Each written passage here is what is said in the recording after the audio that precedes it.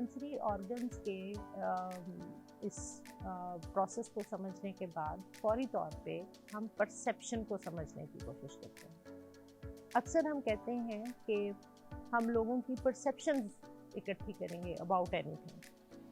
Psychology में लफ्ज़ perception से मुराद ये है कि हमारे सेंसरी ऑर्गन्स जो मैसेज ब्रेन तक पहुंचाएंगे, जो कि न्यूरॉन्स से ट्रांसमिट होता हुआ ब्रेन के स्पेसिफिक हिस्से में पहुंचेगा, उसको ब्रेन मीनिंग कैसे देगा। फॉर एग्जांपल, एक बच्चा अगर एक गोल चीज़ को देखता है और वो उसको गेंद समझता है, तो ब्रेन में ये स्टोर हो जाएगी ये इंफॉर्मेशन। जब उसने पहली दफ़ा देखा, जब उसने उसके साथ खेला, जब उसने उसके टेक्सचर को फील किया, तो बच्चे की सेंसरी ऑर्गन्स ने जो मैसेजेस ब्रेन को दिए वो ब्रेन में जाके कलेक्ट हो गए और स्टोर हो गए। और जब आसपास के लोगों ने बच्चे को उस गेंद से खेलने की पूरी एक तरबियत दी, कहना चाहिए, या एक एक्सपीरियंस दिया, तो ये भी स्टोर हो गया कि अच्छा ये खेलने की चीज़ है। तो ब्रेन ने पूरे मीनिंग जनरेट कर लिए, यानी उसकी सेंसरी ऑर्गन्स ने तो गेंद की शेप को, टेक्सचर को, कलर को महसूस किया था, और फिर ब्रेन ने इसके साथ अटैच किया इस एक्सपीरियंस को कि इससे खेला जा रहा है, और लोगों ने इसका नाम लिया गेंद या बॉल। तो ये तमाम इंफॉर्मेशन सुन के रिसीव हो गए। अब इस रिसीव्ड इंफॉर्मेशन को एक मीनिंग मिल गए हैं कि जब भी बच्चे के सामने इस शेप की, इस टेक्सचर की, इन कलर्स की कोई चीज़ आएगी, तो ब्रेन उनको एक मीनिंग देगा, इन तमाम सेंसेशंस को कलेक्ट करके एक मीनिंग देगा। इस प्रोसेस के कुछ हिस्से हैं। सबसे पहला हिस्सा है सेंसरी प्रोसेसिंग।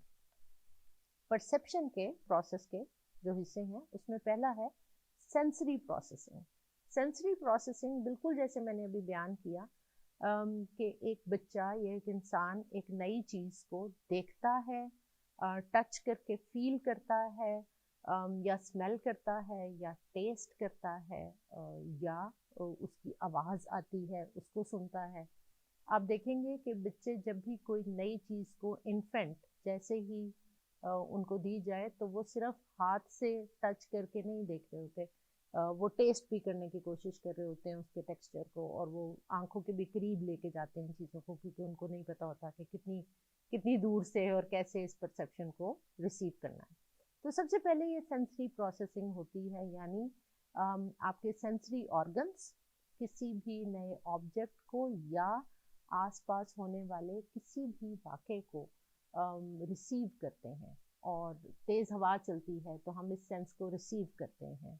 रोशनी बढ़ना शुरू होती है या अंधेरा बढ़ना शुरू होता है, तो हम इस सेंसरी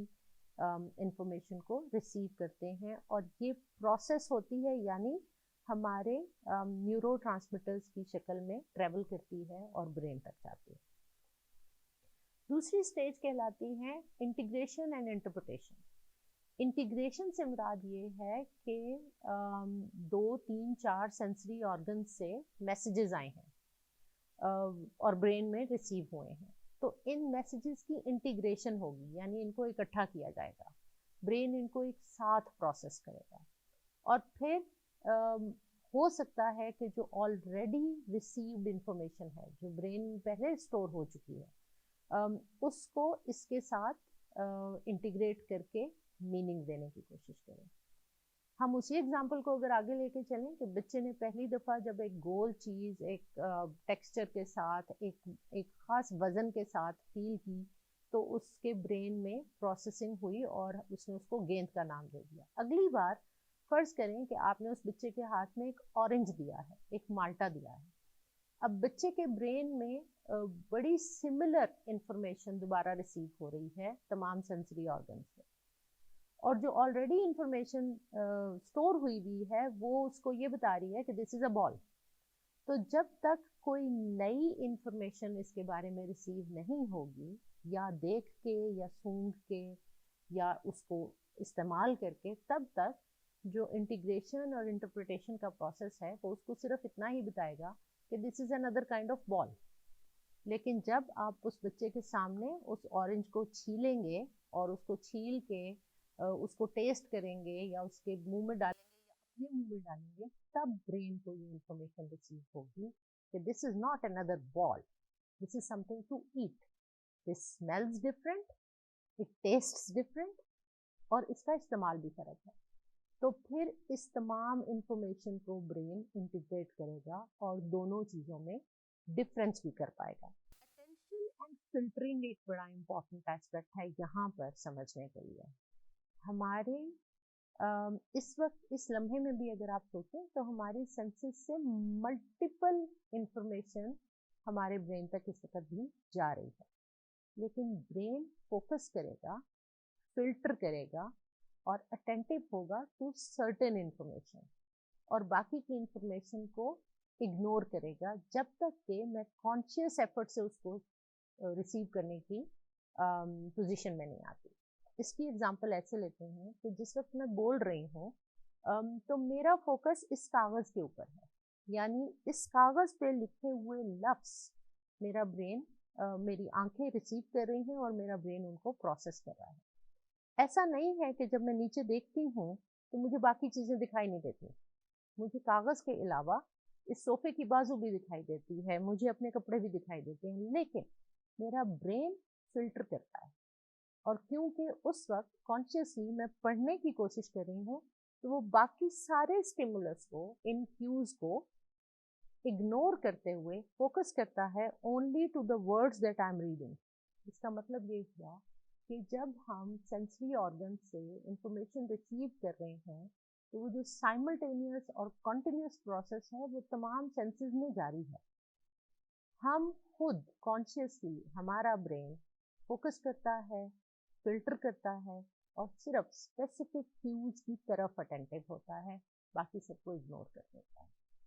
अब जिस इंफॉर्मेशन की तरफ मेरे ब्रेन ने फोकस किया है, जिसको अटेंशन दी है,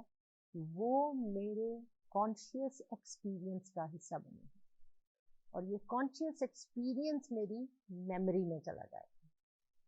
अगर मुझे बाद में कोई पूछे कि जिस कमरे में बैठ के आप गुफ्तगू कर रही थी उस कमरे में कोई पानी का जग पड़ा हुआ था,